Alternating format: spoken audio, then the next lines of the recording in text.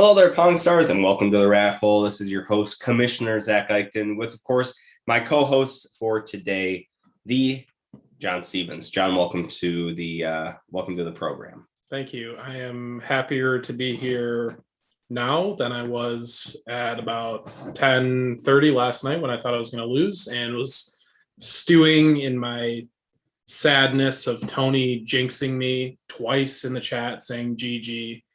But karma came around and now I'm a happy boy because I'm 1-0. So Good to be here. Yeah, congrats. I mean, the pressure is a little bit on for you now to maintain the so far perfect season.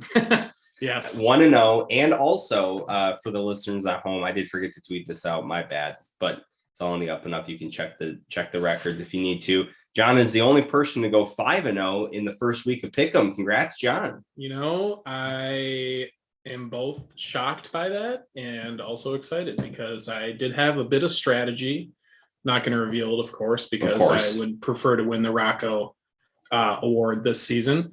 But I did have a bit of strategy and it paid off. I picked the correct upsets and picked the correct favorites, and we're off to a good start. So not mad about that.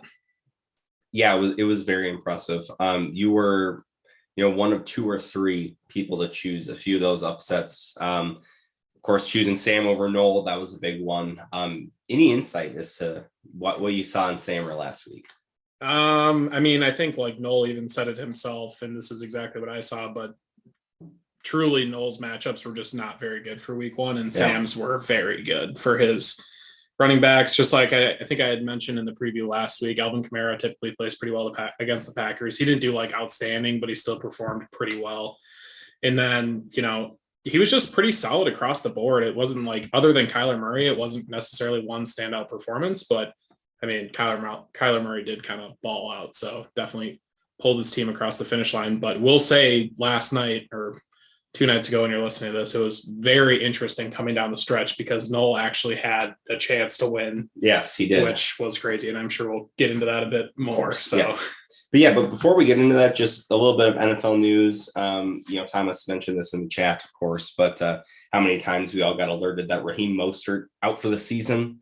He has dealt with injuries in the past, and obviously that was really frustrating for the Spring Chickens last year, who had Mostert, first round pick for the Chickens last year, and one of the key running back pieces for the Dog Sniffers coming into this season. Yeah, that was a big one. Other big, I guess, I don't know, some of these have bigger fantasy impacts than others, but other notable injuries would be Jerry Jeudy, which is a pretty tough blow for Lucas, but he does also have Cortland Sutton, kind of like Drew and I had talked about. He's got both of those guys, so shouldn't hurt him too much because he still has the number one guy in Denver. Ryan Fitzpatrick, obviously Fitzmagic. Yes, very sad to see. Sounds like he'll be out for a pretty extended period of time, but hopefully we'll be able to return later this season. And that was kind of the main, other one that you already mentioned, those were kind of with Mostert, those were kind of the two main like fantasy impact guys, but I don't know. It's tough week one for injuries already because I guess there weren't that many of them, but all of them that did happen seem pretty significant. Yeah, and just like the depth that this impact can have. Obviously, Lucas, like you said, has Cortland Sutton, and that's really great for him. But like Thomas, I'm a little bit worried about now with Mostert going down and seeing, if Edmonds, Sanders are able to hold down the fort as pretty much the only two running backs that are worth anything in that system. I gotta say though, I was surprised to see this. I really didn't understand the notification today from Sleeper, but I did receive a notification that said that Rojo was now kind of back into his workhorse role. I'm not really sure what spurred that. So hopefully for Thomas, Rojo, obvious workhorse back will now be in that role. I still have my serious doubts about that, but according to Sleeper and maybe some beat writers down in Tampa Bay, he's going to have a bigger role next week. So I guess we'll have to wait and see, but Thomas is definitely going to need that. Absolutely. All right. Well, let's get into the league recap here and head on over to our matchups from last week. Obviously, looking at matchup number one, we had the surprising score of the Spring Chickens versus Jacks On, Jacks Off. Going into the season, I obviously had ranked the spring chickens pretty low.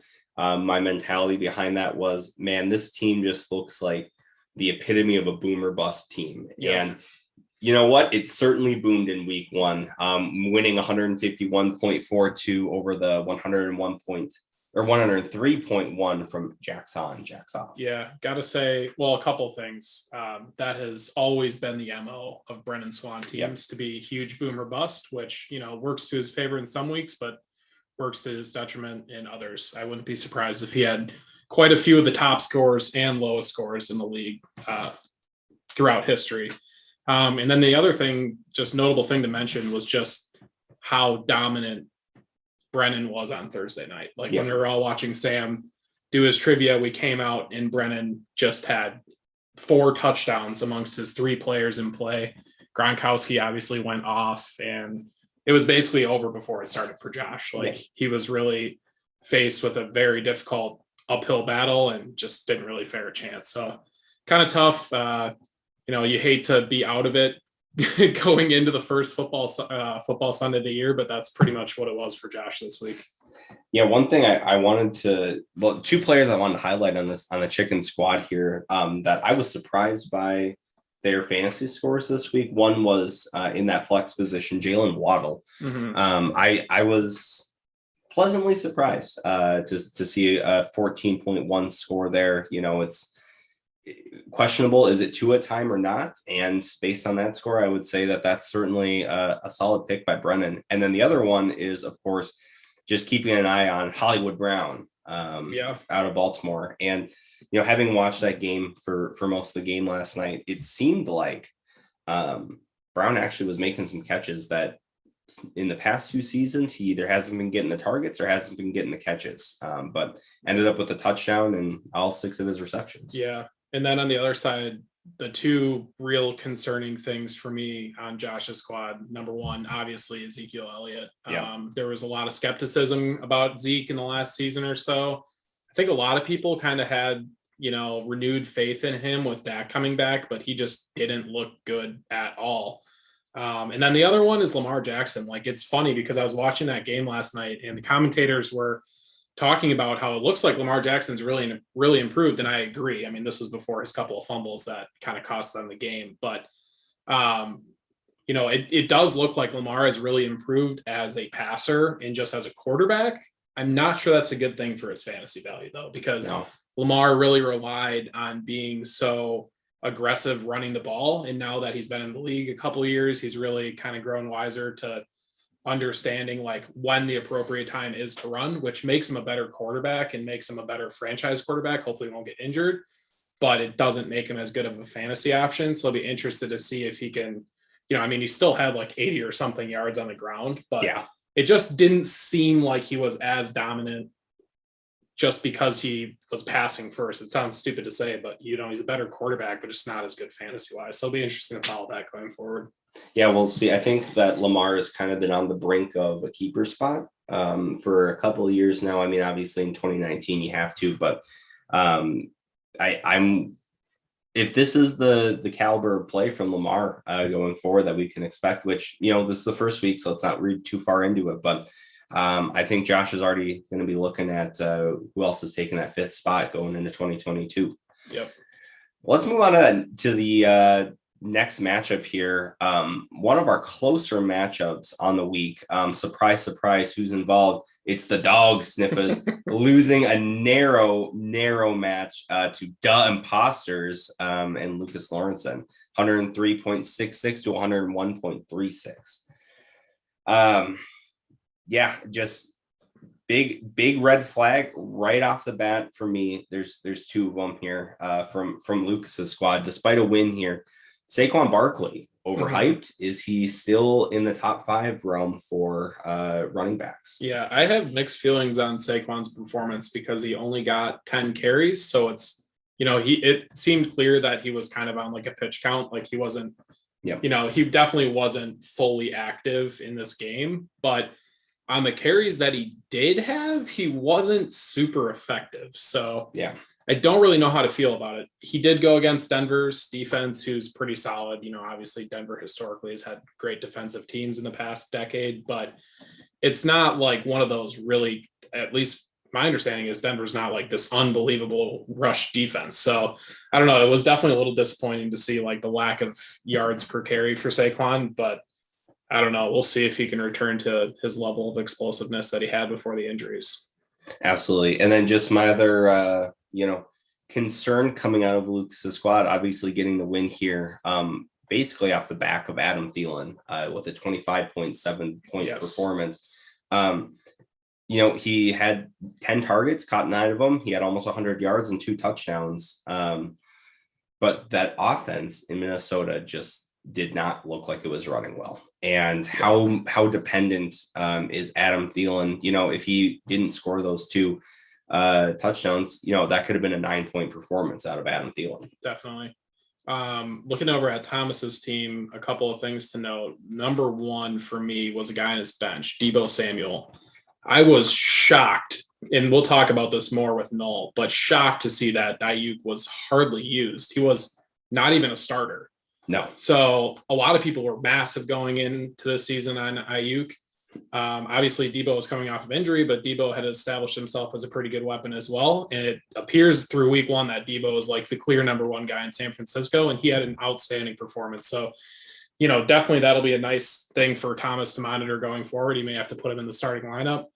I thought the other positive for Thomas, apart from Kelsey, obviously, was Miles Sanders and his performance. He looked really pretty dynamic against Atlanta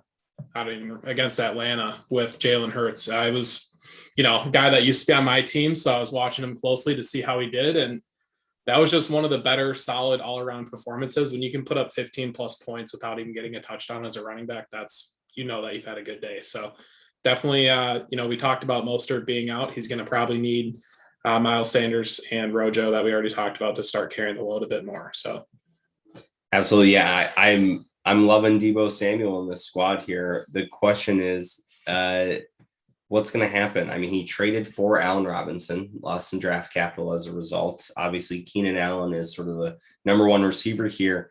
Will Thomas be giving up the 2 tight end set in order to play Deebo Samuel? I think that if I know Thomas, it's going to be an internal struggle on commitment to the bit versus wanting to not win by less than 2.5 points again. Yeah, Mark Andrews. I'm really starting to question Mark Andrews because it's been a while since we've seen him have like really dominant performances. Now, last season, he had a couple of better games, but overall last season, he was not nearly the player that he was in 2019. He had a couple of like double-digit performances, but nothing crazy. And now this season, he's starting off with like a sub 5-point performance. So you're right. Thomas may need to abandon the 2 tight end bit and put in Deebo Samuel, who, I don't know that I start Deebo Samuel. I definitely don't start him over Keenan Allen. I maybe, it's debatable after week 1 if you start him over Allen Robinson, but I would definitely be starting him over Mark Andrews after his week 1 performance. Yeah, Mark Andrews last year through the first 6 weeks had 3 games under 4 points and 3 games over 14.5 points. So yeah, it's boom or bust. Yeah, absolutely. Isn't the worst thing to have in your flex, but it just sucks on those weeks that it doesn't work out. And you also have guys in other positions who aren't playing well. So absolutely.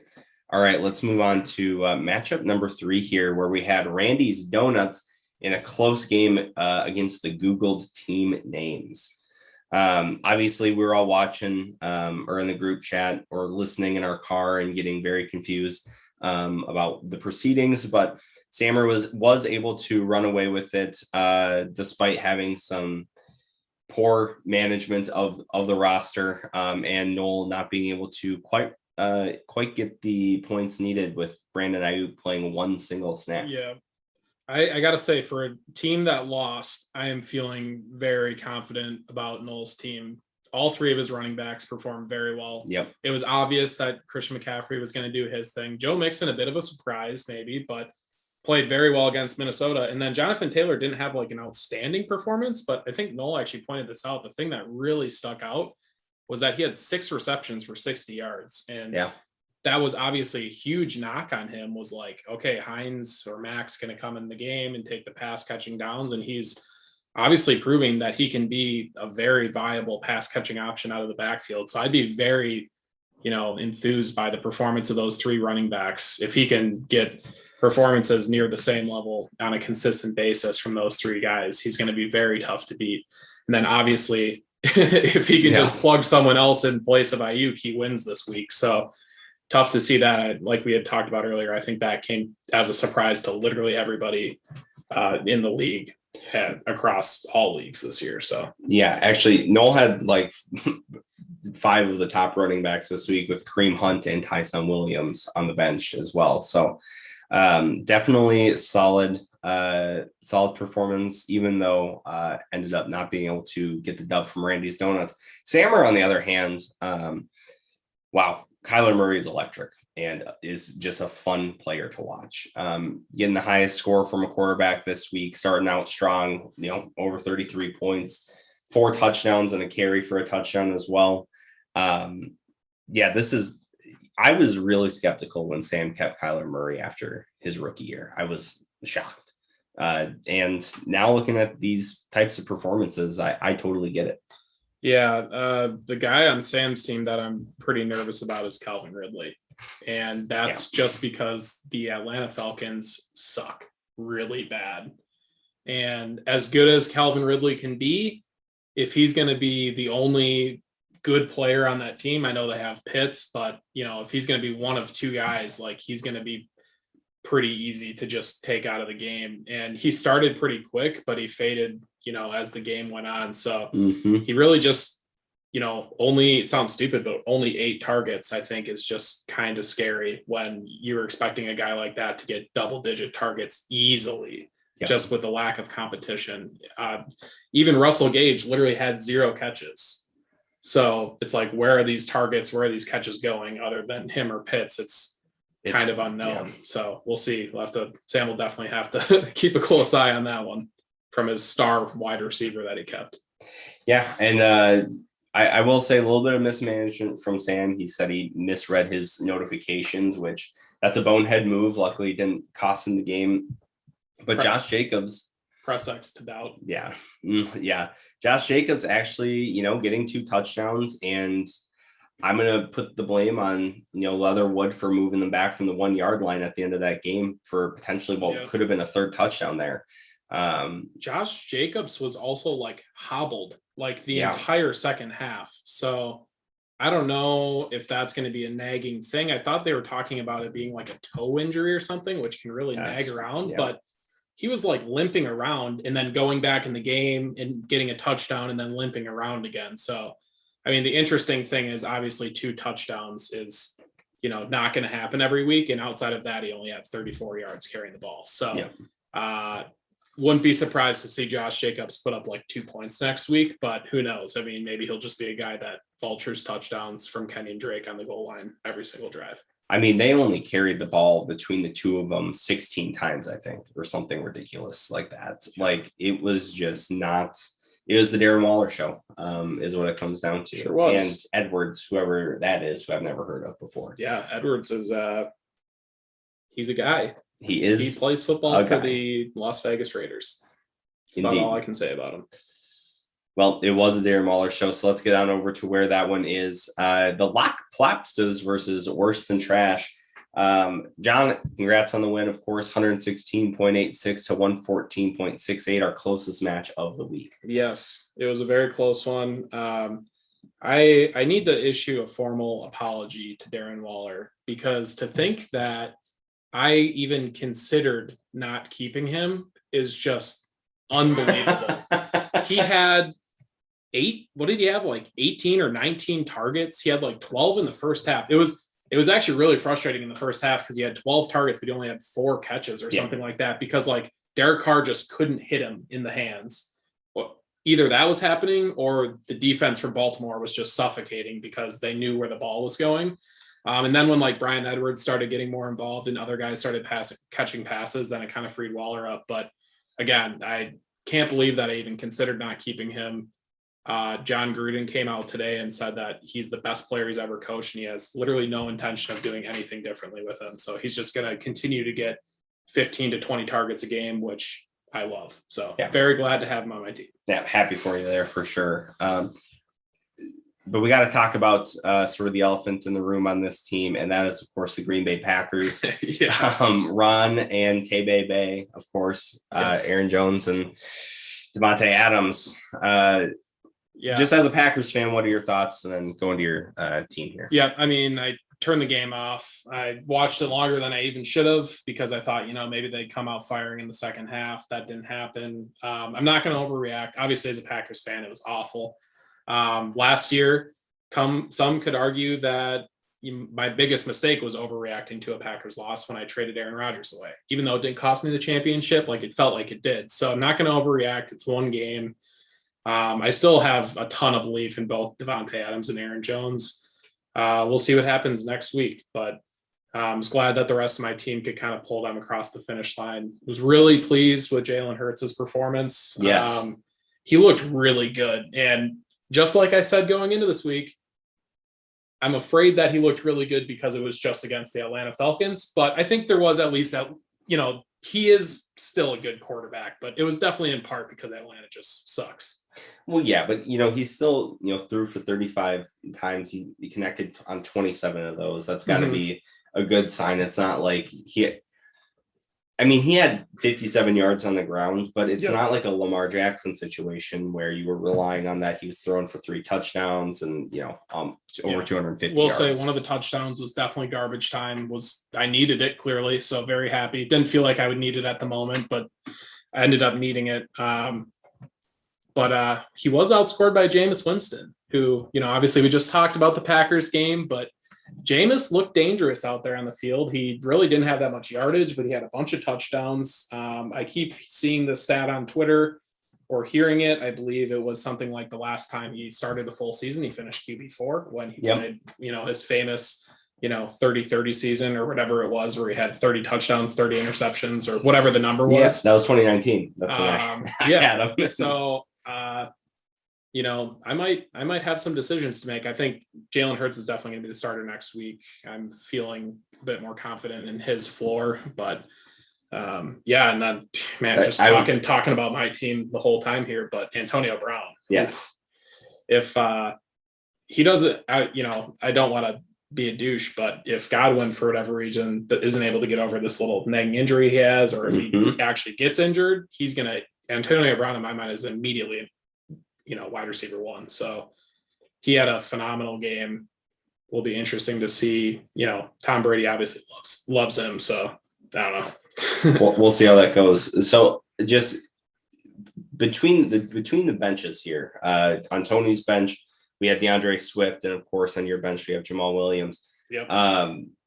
What's your thoughts for both these teams as you're moving forward? How can you play either one of these guys right now? Both of them had great games, but a lot of that was kind of in garbage time, trying to catch up. Well, I think, if I were Tony, I'd definitely be starting DeAndre Swift going forward. I think week 1 was a little bit of an anomaly just because DeAndre Swift was still not 100%. They're kind of holding him back from giving him the full workload. But Jamal Williams obviously proved himself. And, anybody that watched him on the Packers knew that he was a very good running back and a very good, off speed kind of guy from your workhorse back. So, maybe a little bit of hesitancy to start him, but when looking at the rest of Tony's lineup, I don't really see a problem. Obviously, he'd be starting him in place of Tyler Lockett, who had an enormous game. Yeah, good thing he didn't. But I think just going forward, I would still pretty comfortably start DeAndre Swift over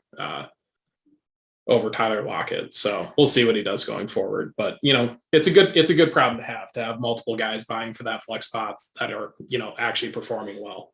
Yeah, there are two other guys on Tony's team here that I want to mention. Matt Stafford, actually, almost 25-point performance, 3 touchdowns, and his carries, quote unquote, for his -5 yards all came at the end when he was kneeling. But Matt Stafford, I watched part of that game, actually looked pretty good out there. He did look good against Chicago, which he looked happy. He did. He just looked like, he was finally, you saw that touchdown that he threw right after the Bears threw their interception on the first drive. he was like jumping for joy after he threw that like 70-yard touchdown. Like I've never seen Matthew Stafford happier. I'm very happy for him. Get out of Detroit. Yeah, get out of Detroit, get out into the nice sun in LA. You might have to deal with some earthquakes and fires every once in a while, but he's got a good thing going out there. I think the Rams are obviously going to be a good team this year. So definitely a good option at quarterback for Tony. The one other thing I would say about Tony's team is Jamar Chase is actually a weapon, and he learned how to catch the football. You know, there was all that talk about like he can't see the football because the color, it doesn't have the white stripe like the college footballs do.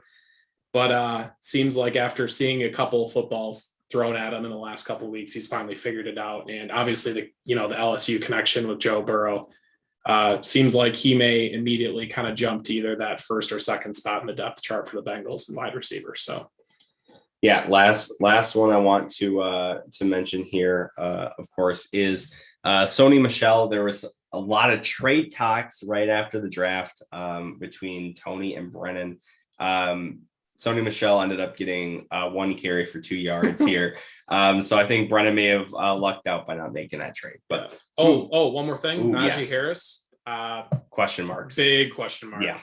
Everyone was like, oh, he's the undisputed workhorse back. I mean, I think honestly, most of it is probably just adjusting to the NFL game, but kind of like Clyde last year, but a lot of people kind of figured he'd be performing really well right from the start. So it might be a few weeks for him to kind of, start to understand the NFL game and its differences from college a little bit better. I still expect eventually he'll produce a little bit more, but definitely not the best week 1 performance for him. Yeah, so let's get on over to our game of the week last week, which of course was the rematch of the Gruesome Grinders versus the Gluten Freaks, rematch of the championship week 16 of 2020, where the Freaks were able to eke out a victory in the final seconds due to Josh Allen's touchdown. The outcome was not the same coming into the end of week 1 here. Yeah, it's pretty funny. Drew's team basically got 90% of its scoring from 3 players: Amari Cooper, Tyreek Hill, and Patrick Mahomes. Yep. Accounted for over 95 points, which was pretty incredible. Basically, no one else did anything notable. I mean, Robbie Gould was his next best player at kicker. He was the only other player with double-digit points. The running backs, 9.2 from Henry and 9.5 from Singletary. Not terrible performances. At least they produced a little bit, but definitely, not the types of performances that you're looking for, especially from your number 1 guy, Derrick Henry. Yeah.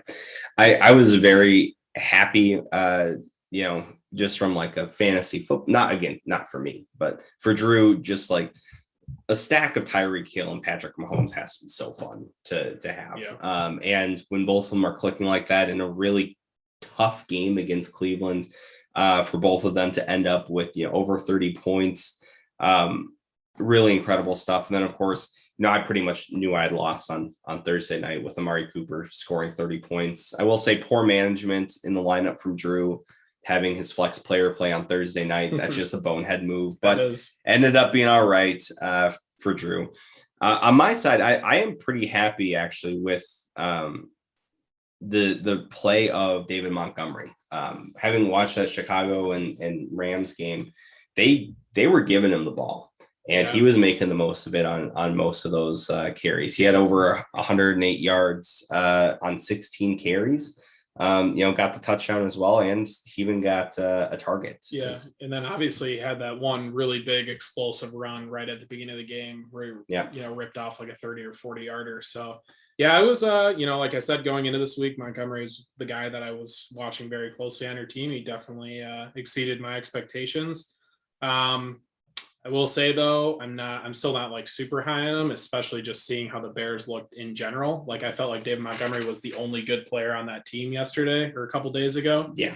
And if they continue to stick with Andy Dalton, which it seems like they're very committed to doing for some crazy reason, because they like have a moral obligation to play him because they told him he would be the starter when they signed him back, earlier in the year before they drafted, whatever his name is.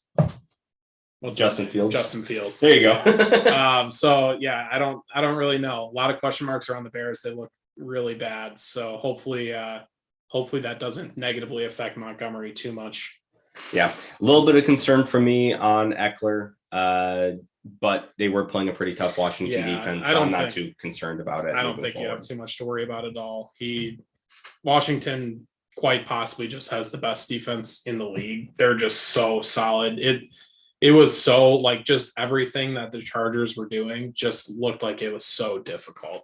Yeah. Every single yard that they got just looked like they really had to try super hard for it. So I think next week, I don't even know who the Chargers play next week, but I really wouldn't be surprised to see them drop like 40 points just because they're going to be, Dallas. Yeah.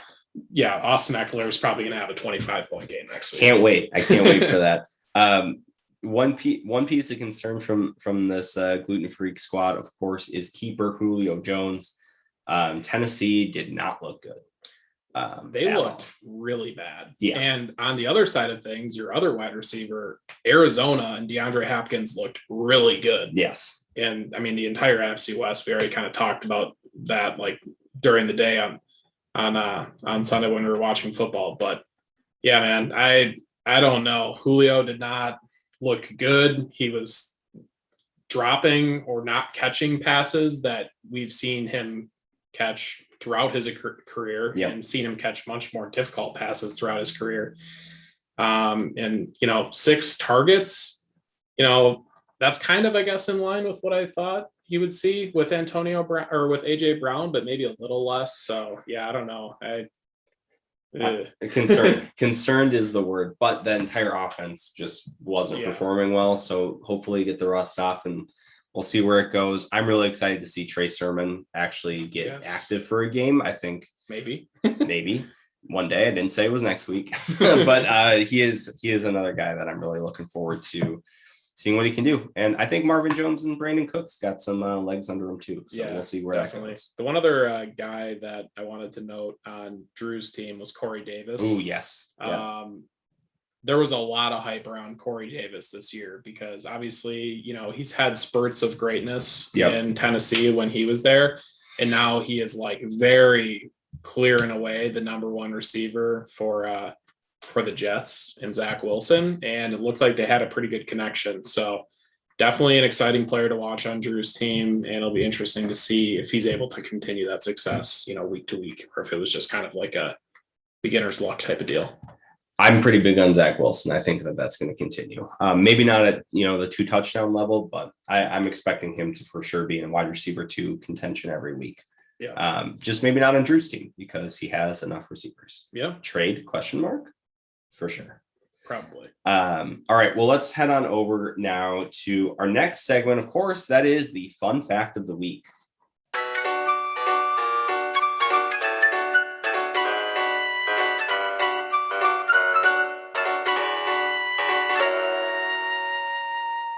All right. Actually, this week we have 2 fun facts. It's a double. It's a 2 for 1. Oh, boy. So the first fun fact, of course, is first week. And I want to talk about the team to have the first drafting position. Not always the first pick, but the first drafting position.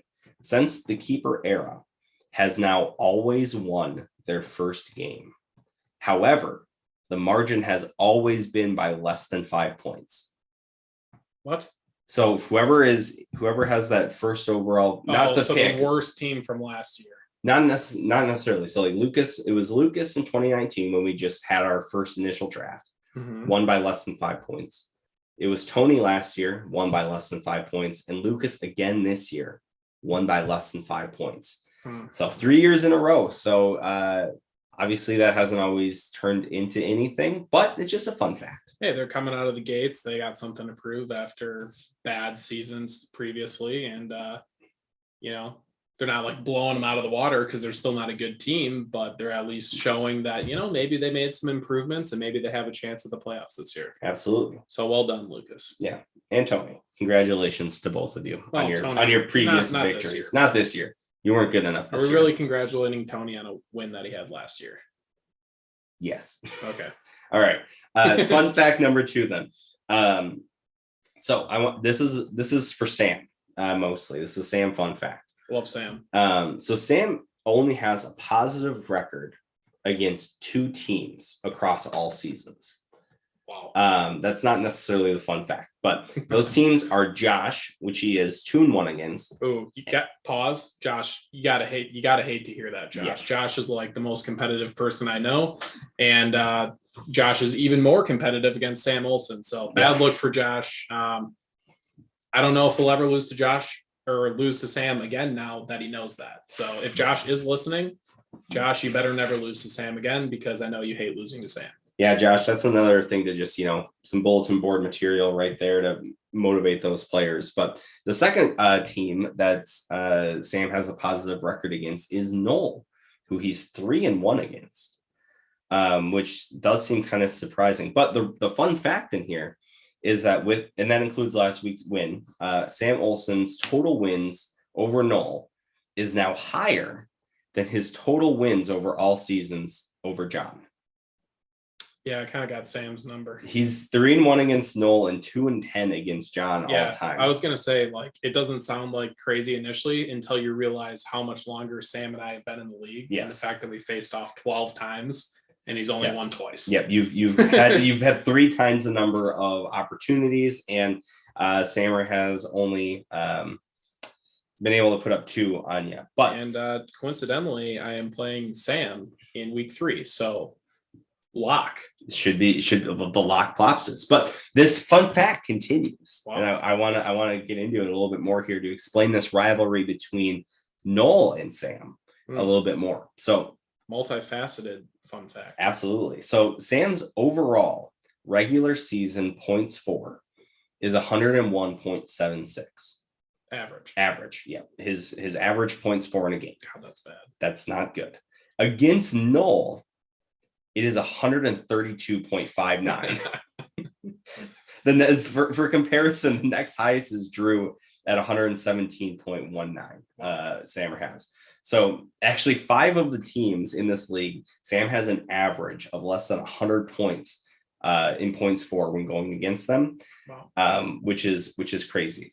Yeah, reading between the lines, Sam and Noel were obviously roommates for a bit in Noel's time out in South Dakota. And wondering if maybe, Noel just kind of got on Sam's nerve and Sam just decided to beat the shit out of him in fantasy. But here's the thing is that it's very clear that it's opposite direction too, because when we look at points against, Sam has an overall average of 108.69 points against in regular season. Mm-hmm. Noel is the highest points against average at 123.98 against Sam Olson. Out of Sam's column. That's the highest in the points against column for Sam. Wow. So these 2 teams are just lights out against each other. But over time, it has been Sam over Noel. 3 out of 4 times. That is very interesting. That's a great fun fact. That is a great fun fact. It's good work. Yeah. Good work to the research team. Yeah. Thanks, Devin. Devin's our researcher. Yep. He doesn't get paid much. But we appreciate him dearly for all the work. But that is our fun fact. And now a message from our sponsors. Hi there. Do you ever struggle with pesky receivers in fantasy football? I sure do. Do you need some help after bad management of your lineup? Oh boy, do I! How about beating a former roommate to continue your win streak? Oh, absolutely I do.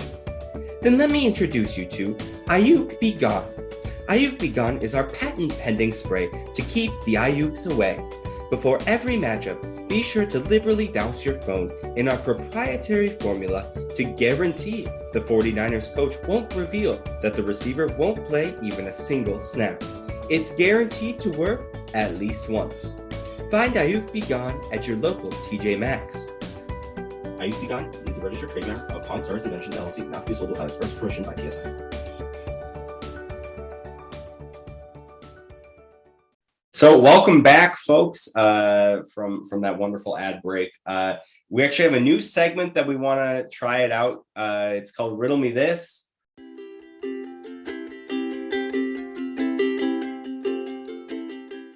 And we're gonna try it out this week with D. John Stevens as our new contestant on Riddle Me This. Yes. notedly bad at riddles. So fun. This will be fun. This is going to be great. Some of them might be football related, some of them not. Most of them have come from riddles.com. Known, of course, worldwide for their great riddles, and definitely not any bad riddles that people can self-submit. Dang, I really wish that I was browsing riddles.com this morning. Yeah. So I would have known the answers and sounded really smart. All right. Here's our first riddle for you, John. So, okay. I am like a dog with a tail that wags and all, but I am not a dog. What am I? A cat? Nope. That's a good guess, though. I don't know. Can you say it one more time? Yes, of course. And this is for the audience too. So feel free to pause after the riddle if you want to, think through it or anything like that. Don't look it up on riddles.com. No, that is illegal. You can't do that. But here we go. I am like a dog with a tail that wags and all, but I am not a dog. What am I? A shark? I don't know. No. I don't know. Okay. Good guess, though. It's a good guess. It wasn't as good as cat. No, it was a puppy. Oh. Well, that's not good. A puppy is a dog.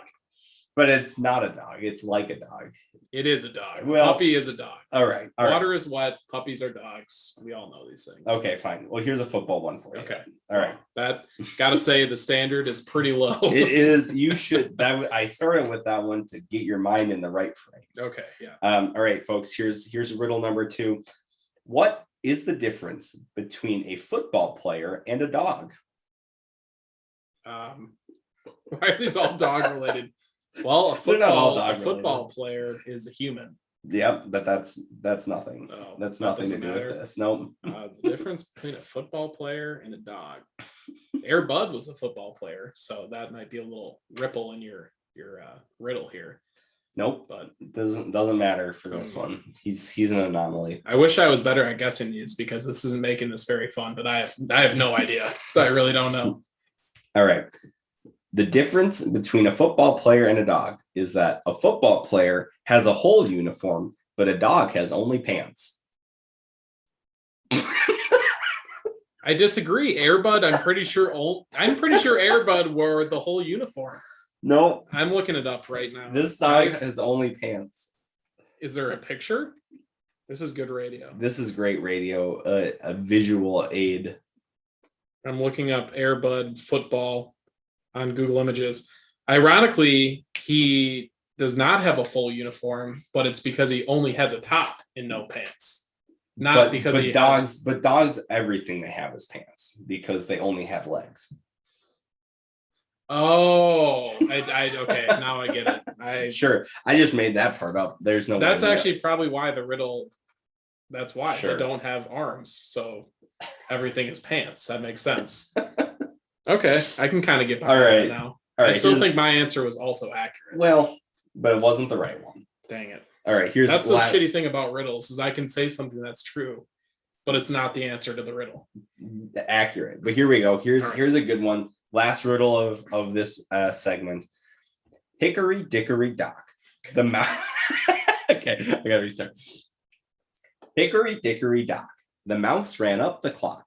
The clock struck 1, then down did come hickory dickory dock. What am I? Down. I'm going to preempt you from saying, and it is not a clock. All right, you got to say it one more time. All right, here we go. Hickory dickory dock. The mouse ran up the clock. The clock struck 1, then down did come hickory dickory dock. What am I? A mouse. Nope. Oh, wait. You are not on the right track. Sound.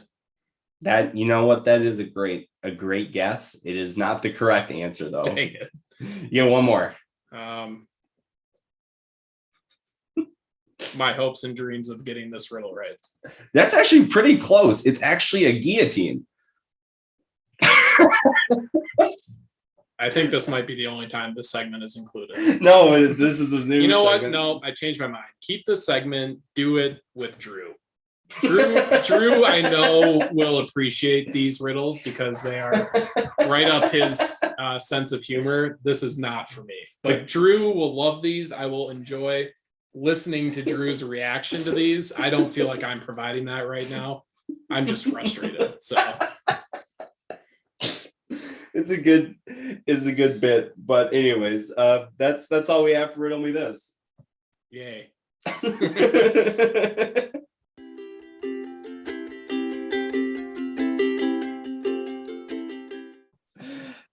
All right, let's get over to our matchup previews now. Of course, going into week 2, matchup previews, we're going to go through, say, who we're picking and who our favorite player in the matchup is going to be. So going to be an exciting one here. So let's get into it here. Of course, we have our first matchup of the week, which is our 2 high scoring teams from last week.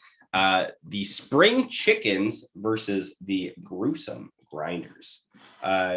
John, who you got in this matchup here? Yeah, not gonna overthink this one too much. Not super fooled by Brennan, like we talked about last week, very boom or bust.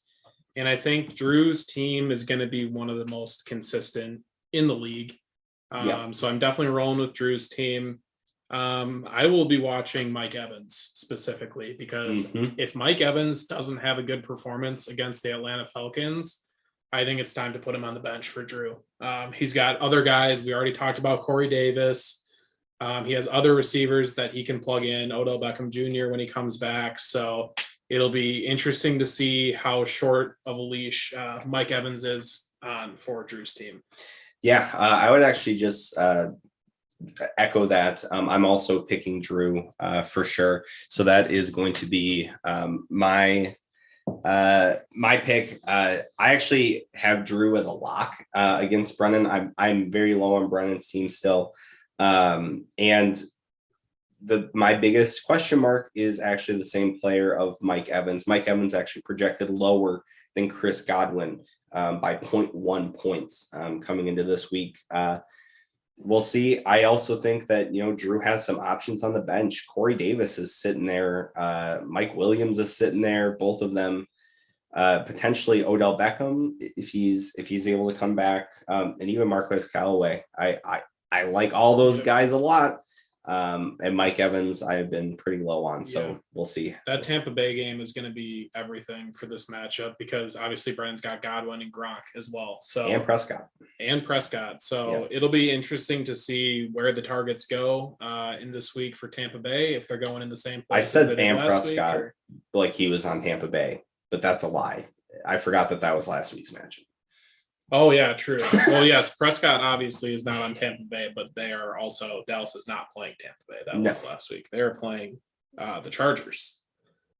The Chargers and Dallas game may be an absolute shootout. Yeah. 2 of the most explosive offenses. So wouldn't be surprised to see Dak Prescott put up a lot of points. I still don't think it's going to be enough to pull his team across. Obviously it's probably going to be a shootout or potentially a shootout for the other quarterback as well with Baltimore and Kansas City for Mr. Patrick Mahomes. So we'll see, but yeah, I'm taking Drew as well this week. All right, let's move on to number 2 then, which is the Gluten Freaks versus Jacks On, Jacks Off. I'm picking myself. I'm pretty sure Josh is going to pick himself as well. But John, who are you taking in this? Yeah, I'm feeling much better about your team this week, especially the matchups that Eckler, we had already talked about how tough of a matchup he had in week 1. Gets a much easier matchup this week.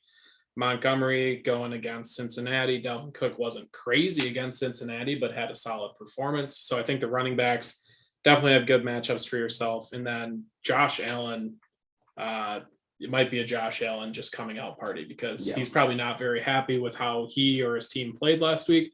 So I wouldn't be surprised to see Josh Allen go, pretty crazy. So I'm taking the Gluten Freaks.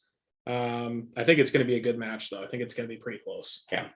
I'm really excited. I actually right now Brandon Cooks has made it into the lineup. We'll see if that holds over Julio Jones. I'm not happy with Julio, and I was pretty excited with how Brandon Cooks looked being that number 1 receiver. And actually looking like he can play this year. But that all could change if Trey Sermon gets activated. It could change if I change my mind about Kilometers Gaskin. But for Josh's team, the guy I'm watching this week most closely is Zeke, and see how he does.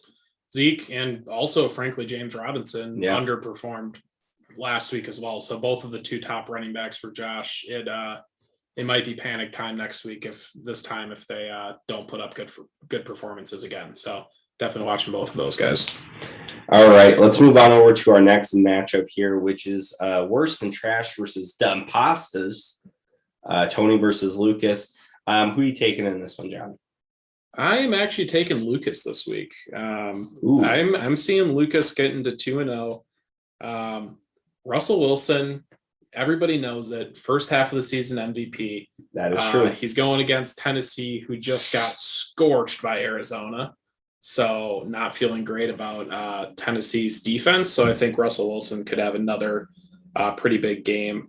And then for Tony, to me, it's really coming down to his running backs. Najee Harris specifically is going to be the guy I'm watching. Has a pretty tough matchup against Las Vegas, but if he's not able to do much more than he did last week, definitely, going to be some doubt setting in for Tony. I'm a little confused. Lucas may just be pulling a big prank right now in his starting lineup, but he does have David Johnson, my best friend, in the starting lineup and Saquon on the bench. I don't think that that's a great plan personally, but you know what? I think that, David Johnson outscored Saquon last week. And as we all know, last week indicates the same performance in the following week in fantasy football. I thought it was a joke, but then I looked at Saquon's matchup and it's the Washington football team. So it actually might not be the worst play in the world. I still personally would start Saquon because we just don't know yet. He still just has, in my mind, that potential to be very good and definitely better, more opportunities, more touches than David Johnson. But with that matchup, I can kind of understand it a little bit. A little bit. We'll see. Narrowly. All right. Next matchup here, we got the Google team names versus the dog sniffers. Yes, and this is my lock of the week, actually. Ooh. I am taking Thomas. I see big things from Thomas. I see a big rebound coming out, especially from his, not that it's going to be a rebound for his boy Kelsey, but I see obviously another very strong performance from Kelsey going up against Baltimore. And then Mr. Tom Brady going up against that Atlanta defense that just got scorched by Jalen Hurts and the abysmal Philadelphia Eagles. So it'll be interesting to see how many points Mr. Tom Brady can put up. But yeah, I'm locking Thomas this week. I'm going opposite. I'm taking Sammer in this one. I'm not big on Thomas's team. I just don't really. I like it, but I don't like it, if that makes sense. Like each individual player, I go, I really like this player. But when I look at it as a team, I'm not sold yet. But Sammers, I'm also confused. And again, people pull pranks during the week on who's in their starting lineup and who isn't. But Javonte Williams, who, he got 4.6. He had 14 carries for Denver, but he didn't really capitalize on any of them, and it was against the Giants. He's in the flex position right now when DJ Moore, T. Higgins, Devontae Smith, had a pretty good first week for a rookie. Yeah, are all on the bench right now. I'm a little confused about where that's going, but I'm also confused by why Thomas has Deebo Samuel on the bench. Maybe he just hasn't looked at his I think Sam just misses cheering for Broncos, so he needs, as if he didn't need more reason to cheer for the Broncos, he's going to start the rookie running back in his flex spot after not impressing last week. Yeah. So, and after Melvin Gordon ripped off a 70-yard touchdown that sealed my fate in a different league, and I'm a little bitter. But gotta say, big fan of that strategy when it comes to my pick, because that means Sam will be losing to Thomas, who's my lock. So I will be continuing to do well in the Pick'em Challenge. All right, and finally, we're in our game of the week here, which is Randy's Donuts versus the Lock Plopstas, two of our highest rated teams. And man, I'm really excited to see this matchup and see where these guys go. I am taking Noel. I think that there's a 0% chance that Brandon Ayuk will be in this lineup, which means there is a nearly 0% chance that there will be a player who gets one play or one snap on Noel's team. Yeah, I'm definitely, well, I'll start by saying I'm taking myself as I did last year. I'm going to take myself, unless things go really badly, all of a sudden I'll be taking myself every week. But this is a scary matchup. You know, Noel, I believe in the power rankings last week was, you know, in the top 2 or 3. I think I personally probably put him at number 2, maybe number 3. Even after losing last week, I still have him high in my rankings. His team is very solid. Like I mentioned, the running backs performed very well last week. Maybe a matchup of the, you know, best set of running backs between myself and Noel. So it's really going to come down to that. Obviously, in my team, I'm looking at the Packers, Devontae Adams and Aaron Jones, looking for them to perform much better than they did last week. And just hoping to God that Christian McCaffrey only has 20 points. So, yeah, John. So I do have a question for your team here.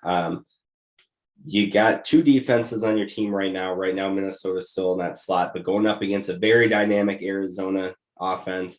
But your other option is Pittsburgh, and we all watched them manage to beat a pretty good Baltimore defense. What's your thoughts? Yeah, I frankly just haven't changed my lineup yet, but Pittsburgh will definitely be getting the start this week. I feel, it's hard to say that I feel stupid about not starting Pittsburgh defense last week, because I think pretty much everyone was surprised that they shut Buffalo down, but it kind of re-solidifies my belief in them going forward.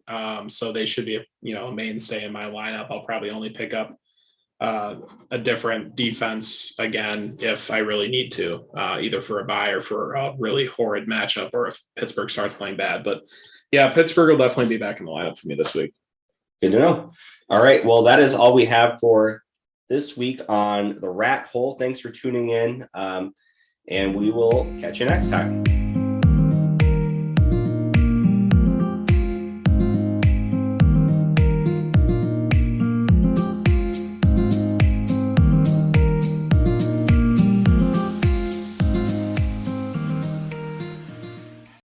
Hello, Pong Stars, and welcome to the Rathole. It's your host. Nope. It's your host, your boy. Well, I said host. Your horse. Your horse.